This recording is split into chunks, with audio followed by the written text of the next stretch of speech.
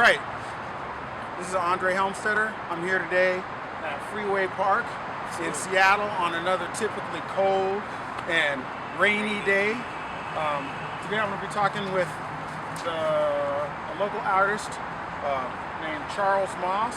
We're going to be finding out a little bit about him and what makes him tick. Yo, what's up?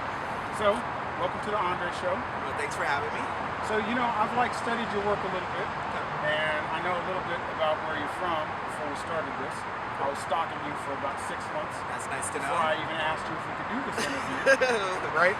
Thanks for being honest about that, actually. So what I really want to know is, you're from a farm in Mississippi, right? Yes. That's where you originally started. Yeah. Can you tell us just like how you ended up here?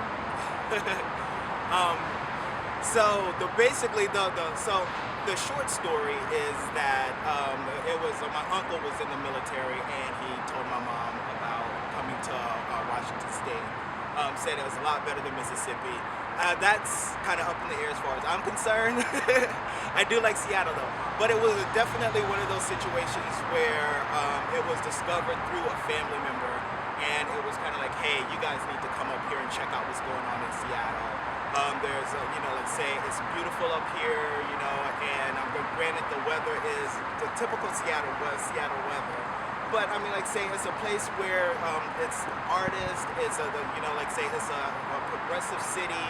It's one of those cities where it's easy to make connections once you are already kind of in the mix of things. And since he was in the military, he had a lot of military connections up here. Scored a house and everything like that. So it was definitely a step up from being in Mississippi.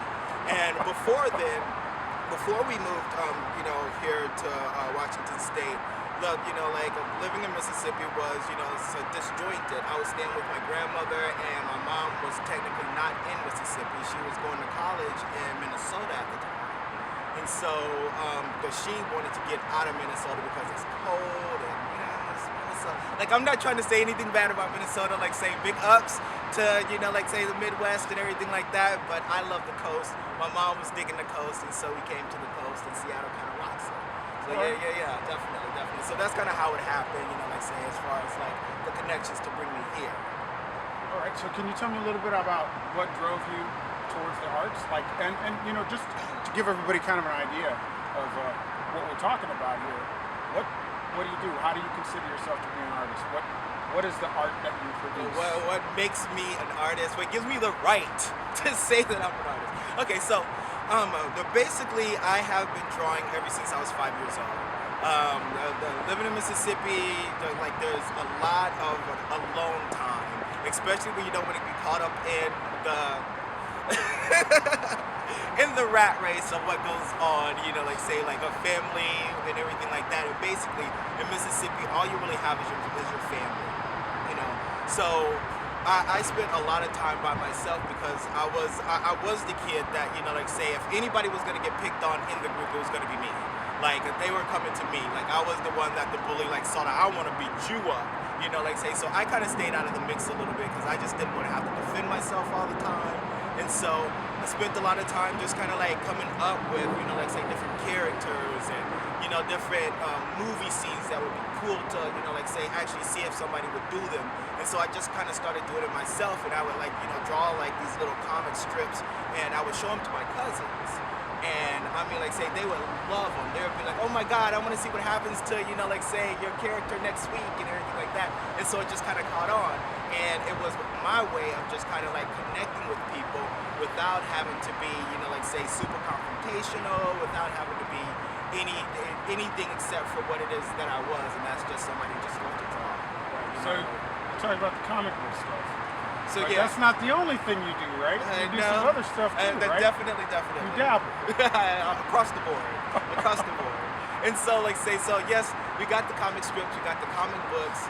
I dabble in music a little bit. I have been known to. I'm more so on the lyrical side of it. I like poetry. I'm a huge romantic.